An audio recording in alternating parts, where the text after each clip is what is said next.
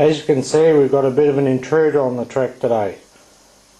It's a model of a BHP Billiton EMD SD70 which operates in the Pilbara region of Western Australia in the Southern Hemisphere. Certainly a fine locomotive, and we'll pit it today against two of the local engines that run on this layout. A pair of Class 37's have been attached to a fairly long train, and we'll give the 37's a run first, and then we'll put it up against the EMD. We'll just have a closer look at the EMD and you can see some of its great features. Now this is a brass locomotive made in South Korea. It's certainly got all the fine aspects to it that you'd expect. I've never had a brass model before, and this has been lent to me by my son. So we'll just give the turntable a spin and see if we can have a close look at some of its features.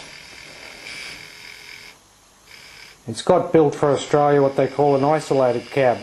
The isolated cab means that the noise and the heat generated by the locomotive itself are insulated, because they often run in temperatures upwards of 50 degrees. So on the front end here we've got a fine wealth of detail. I'll have a closer look. Just zooming in, we'll have a close look at the pipework. Certainly is a fine locomotive. All the hoses there, my son tells me that it's just dead prototypical. Everything on it that he sees in the real thing we've got on the locomotive. Turning it around a bit more.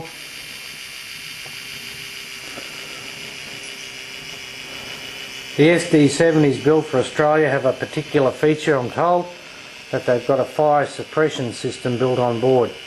They are the blue tanks that you may have seen at the start on the other side, just below the walkway on the main frame. Certainly a fine locomotive. I don't have DCC, but it'd certainly run a lot better if we were to run DCC. Looking at the back end, characteristic features. I've seen these running over in Western Australia and they certainly look massive with those fans up the top. Fairly slim body, 16-cylinder engine, so it certainly is primed to haul a good load.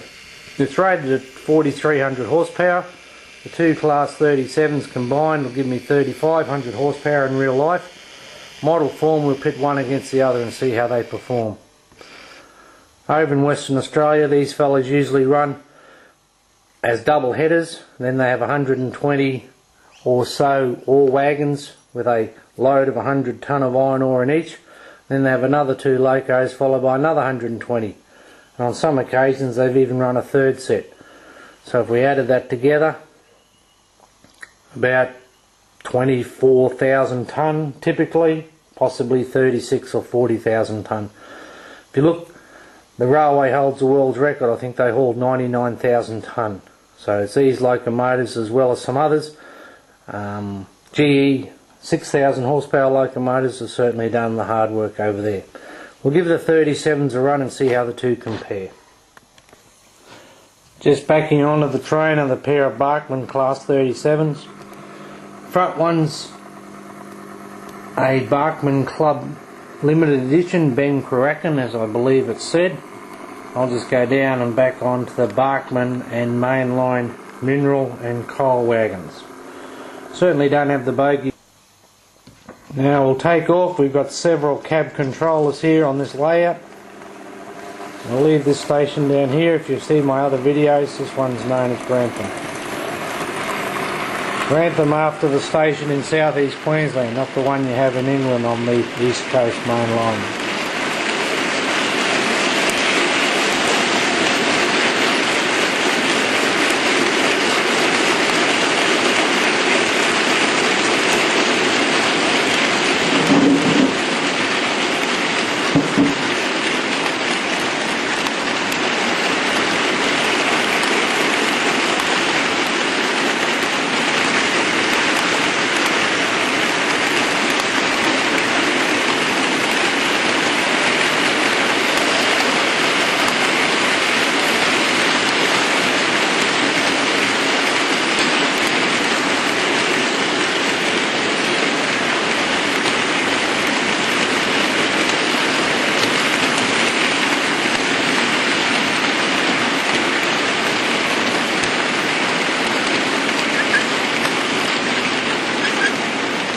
There's the end of the train. I think a little bit more than 120 wagons.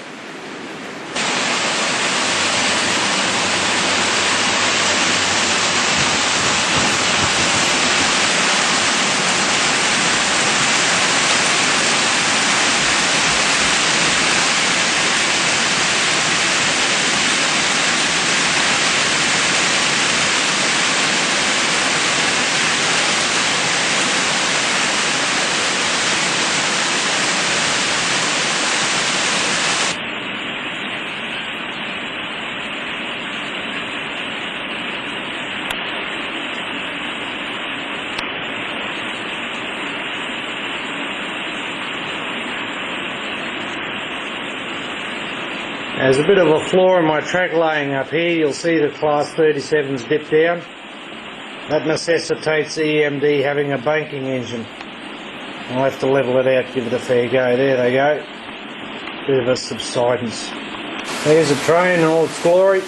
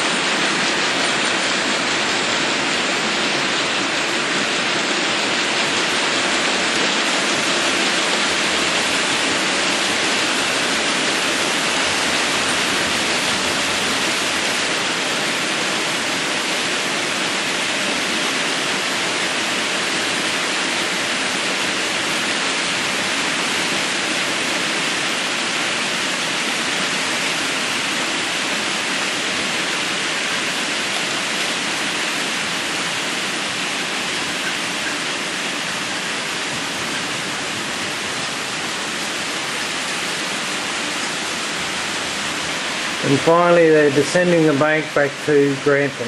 That's where we started. After a trip of about 90 metres, I'd say.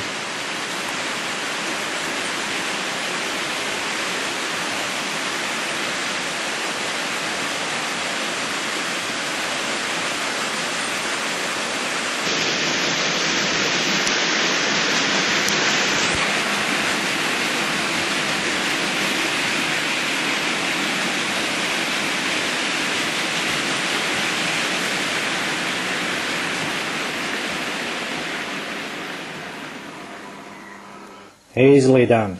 2 units at the helm, British power. I'll try what see what the Americans can do. I'll take the 37's down and cross them onto a spare bit of track here on the down line.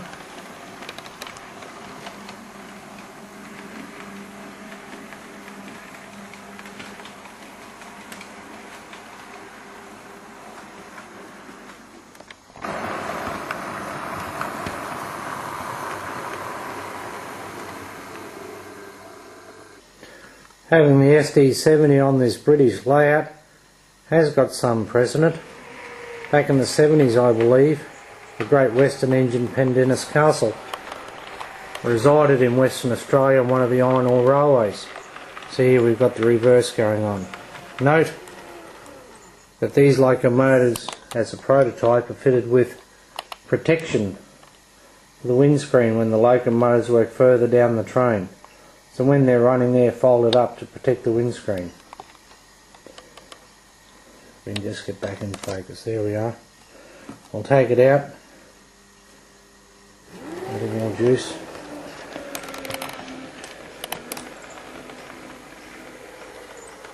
And back it onto the train.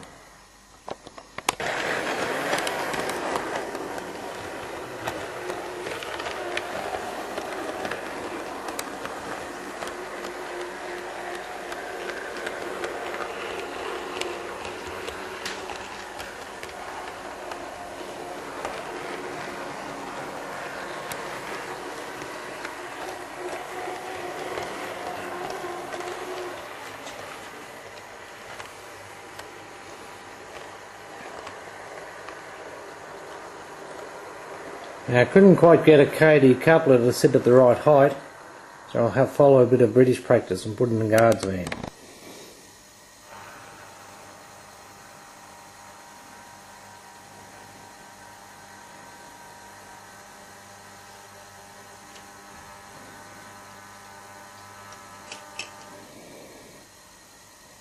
Right, ready to go. Try forward motion. So the view of the engine shed in the rear view there, back scene, we'll bring the diesel up, notch her up, get it underway.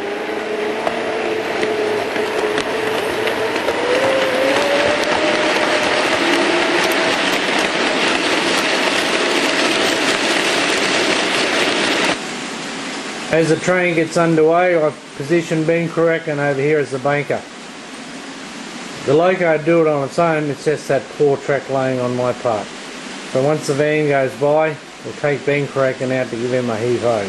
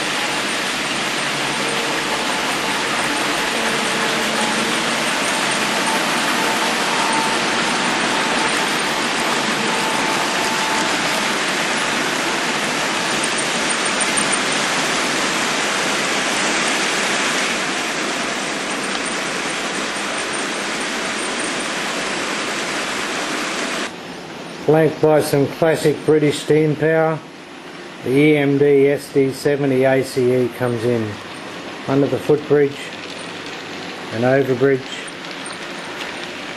gliding down through the platforms. Signal's been changed. I'll come and park next to the 37.